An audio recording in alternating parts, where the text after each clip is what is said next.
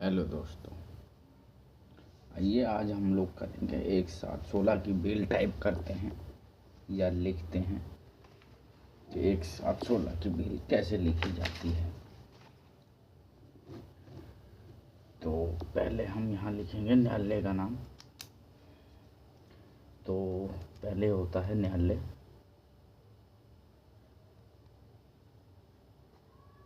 न्यायालय श्रीमान, कार्यपालक, मजिस्ट्रेट,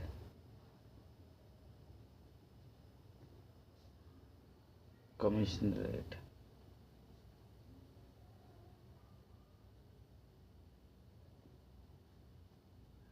और अपने सिटी का नाम लिखना है। सिटी जैसे मान लो मैं रहता हूँ गाजियाबाद में और कोई रहता है बुलंदशहर में, कोई रहता है नोएडा में, तो अपना यहाँ पे लिख देना है सिटी का नाम।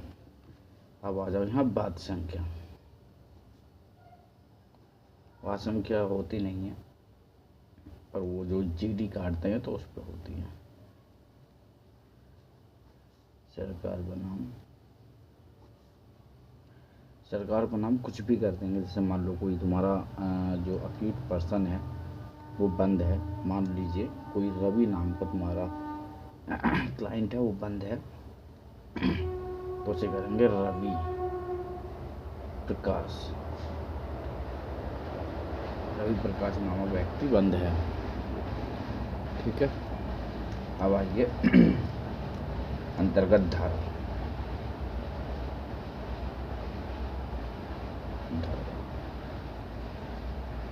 तो क्या बोलते हैं 170, 126 और 136 BNSS भारतीय नागरिक सुरक्षा संहिता। अब यहाँ लिख दीजिए थाना। थाना क्या है? तो थाना है जैसे हमारे यहाँ कवि नगर है, जिस थाने की जुरिडिक्शन में ACP साहब बैठते हैं उस कभी हमारे यहाँ पे क्या है कि भाई 4 जने बैठते हैं, 4 थाने का एक ACP साहब देखते हैं। ऐसे ही वहाँ भी होगा, जो भी तुम्हारा जिला से गाजियाबाद के हो तो ठीक है, तो पता होगा लोकल के हो, और अगर अदर स्टेट के अदर उसके हो सिटी के, तो वही अपना पता कर लीजिएगा। तो मान लीजिए जैसे मैंने डाला यहाँ पे थाना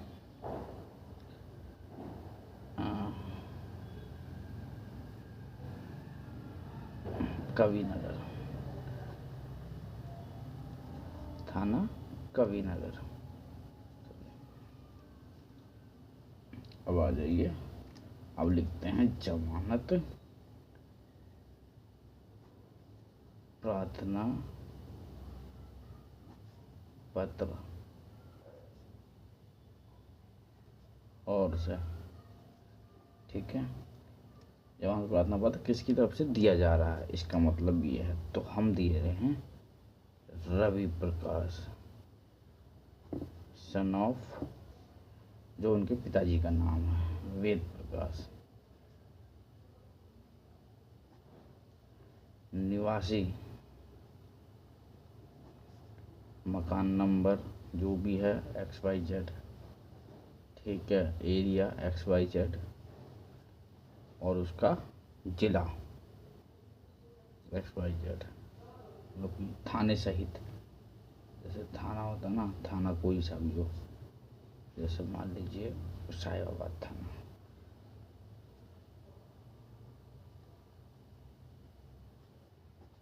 साहिबाबाद एंड गाजियाबाद, ये हो गया साहब। उसके बाद आइए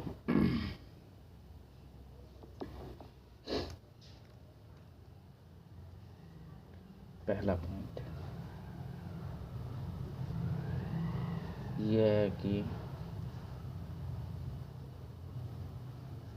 प्रार्थी अभियुक्त के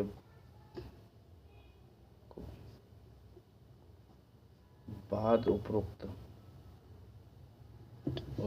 में झूठा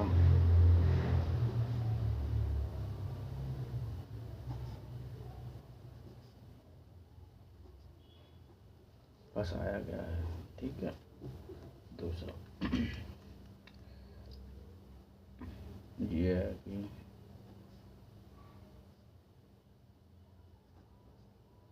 प्रार्थी अभियुक्त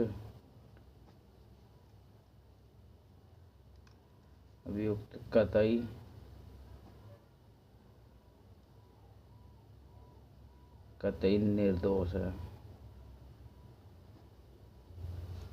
ठीक है। तीसरा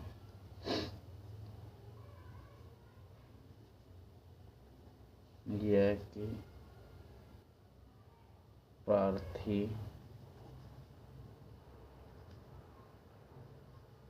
ये सिर्फ मैं आपको केवल समझाने के लिए बता रहा हूँ कैसे लिखी जाती, बाकी तो आप टाइप कराएंगे वो ज़्यादा बेटर है। हाथ से लिखी हुई जैसे भाई मेरी राइटिंग थोड़ी सी अभी वैसी है। ठीक है। जल्दबाजी में बता रहा हूँ और इतनी साफ भी नहीं है, मैं स्पष्ट रूप से बताऊँ, पर आपको समझाने के लिए मैं सिर्फ बता रहा हूँ ये चीज़ें। व्यक्ति को के मात्र रंजिश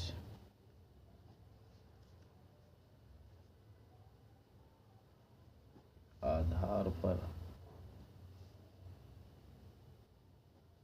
बाद उपरोक्त में झूठा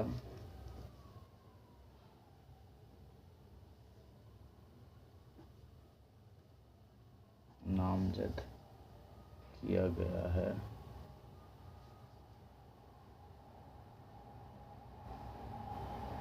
अभियुक्त कतई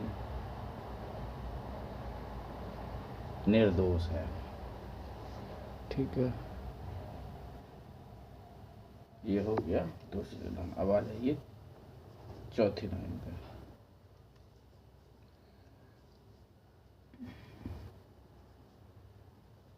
ये है कि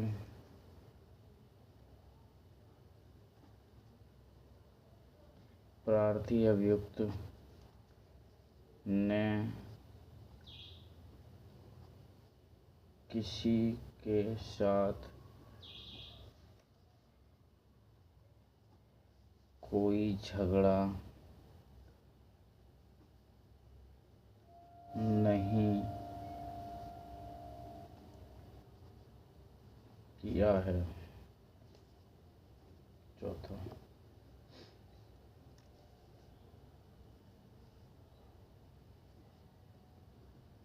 यह है कि प्रार्थी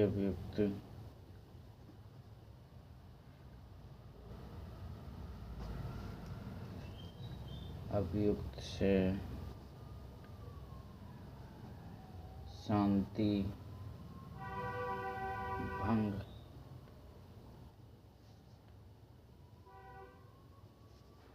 होने का कोई अंदेशा नहीं है। दोस्तों वीडियो थोड़ी ज़्यादा लंबी हो जाएगी, इसीलिए मैं इसे अभी इसी हिसाब से आप अपने जो भी पॉइंट हैं वो लिख लीजिए। बट आपको मैंने फॉर्मेट बता दिया इस तरीके से लिखना है, ताकि आगे मैं अगर मैं वीडियो बनाऊँ अगर अच्छी लगेगी आपको तो मैं आगे ही बनाऊँगा। आप मुझे बताइएगा प्लीज़। और आवाज़ का थोड़ा वैसा हो सकता है क्योंकि